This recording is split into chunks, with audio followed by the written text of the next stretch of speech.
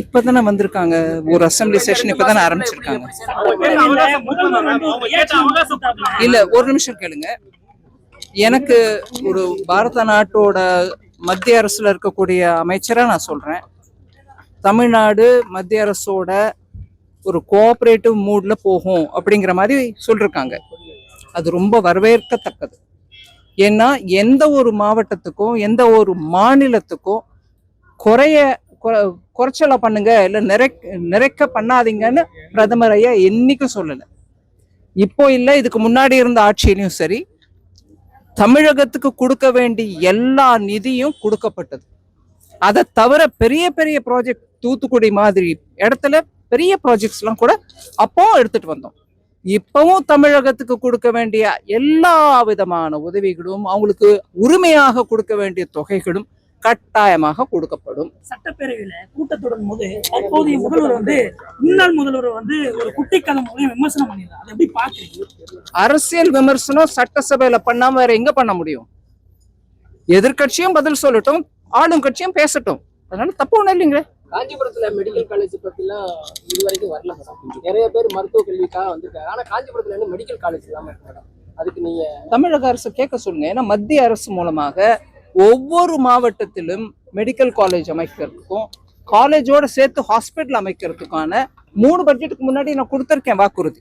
எந்த மாவட்டத்துல வேணும்னாலும் வச்சுக்காங்க, அந்தந்த மாநிலத்துல பிளான் பண்ணுங்கன்னு கூட சொல்லியிருக்கோம்.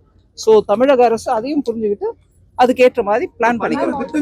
பல்வேறு திட்டங்கள் அறிவிக்கிறாங்க. அதனால நிதி சுமை அதிகமாகுது, கடன் ஆகுது. ஒரு மாநிலத்தில் அதிமுக ஆட்சியில் ரொம்ப 5 லட்சம் கோடியும் 10 லட்சம் 13 லட்சம் கோடியும் போயிருக்கா சொல்றாங்க வெள்ளை அறிக்கையில. இன்னும் கூடுதலா போக போக நாட்கள் ஆண்டுகள் ஆகும், இன்னும் கூடுதலா நிதி ஆகும். ஒரு நிமிஷங்க. ஒரு கடன் வாங்குறோம்னா அதன் மூலமாக ஒரு பொதுமக்களுக்கான சொத்து கட்டி உருவாக்கி அது பொதுமக்களுக்கு கொடுக்கணும். சொத்துனா என்னங்க? ஸ்கூலா இருக்கட்டும், ஹாஸ்பிட்டலா இருக்கட்டும், இல்ல ஒரு தொழில்நுட்பத்திற்காக ஒரு பெரிய நிறுவனமாக இருக்கட்டும், இதெல்லாம் பரம்பரையா இருக்கும். அதாவது இன்னொரு நெக்ஸ்ட் ஒரு 50 வருஷத்துக்கு 60 வருஷத்துக்கு இருக்கும். அந்த சமயத்துல மக்களுக்கு அதுல வேலை வாய்ப்பு கிடைக்கும், இல்ல படிக்கிறதுக்கான வாய்ப்பு கிடைக்கும்.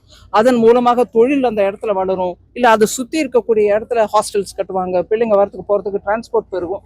இப்படியாக ஒரு சொத்து கிரியேட் பண்ணினா, கடன் வாங்கி கிரியேட் பண்ணா கூட அதன் மூலமாக எக்கானமியில பலதரப்பட்ட தாக்கம், நல்ல தாக்கம், கெட்ட தாக்கம் இல்லை, நல்ல தாக்கம் ஏற்பட்டு அதன் மூலமாக எக்கானமி வளரும். இது எல்லாரும் ஒப்புக்கொள்ளக்கூடிய ஒரு தியரி. அதனால நான் கடன் வாங்கிட்டே போறோமே, கடன் வாங்கி அதன் மூலமா என்ன பண்றோன்றதுதான் விஷயம். நீங்க சொத்து உருவாக்குறீங்களா, அதன் மூலமா கல்வி வருதா, அதன் மூலமா தொழில் வருதா, அதன் மூலம் வேலை வாய்ப்பு பெருகுதா, அதை பண்ணுங்க. அதனாலதான் மோடி ஐயா பாருங்க, ரோட கட்டுங்க, போர்ட்டை கட்டுங்க, ஏர்போர்ட்டை கட்டுங்க, மக்கள் வரட்டும், இல்ல பெரிய பெரிய ஹாஸ்பிட்டல் கட்டுங்க அப்படின்னு பண்றோம். சொத்து, கேபிட்டல் எக்ஸ்பெண்டிச்சர். நீ அதை பண்ணாம ரெவென்யூ எக்ஸ்பெண்டிச்சர், அதாவது இன்னைக்கு மக்கள் கையில பணத்தை கொடுத்துடுறேன், இவங்களுக்கு உயர்வை கொடுத்துடுறேன், அவங்களுக்கு சம்பளத்தை கொடுத்துறேன், இன்னும் 1000 பேருக்கும், இதை மாத்திரம் பண்ணிருக்கணும். ஆனா இதை பண்ணக்கூடாதுன்னு சொல்ல, இதையும் பண்ணுங்க. உங்களுக்கு வசதி இருக்கும்போது பண்ணுங்க. வசதி குறைச்சலா இருக்கும்போது வாங்குற கடனை நல்ல சொத்து அமைப்பதற்கு செலவழிக்கணும்ங்கிறது தான் தத்துவம். கேட்டவங்களே கேட்காதீங்க.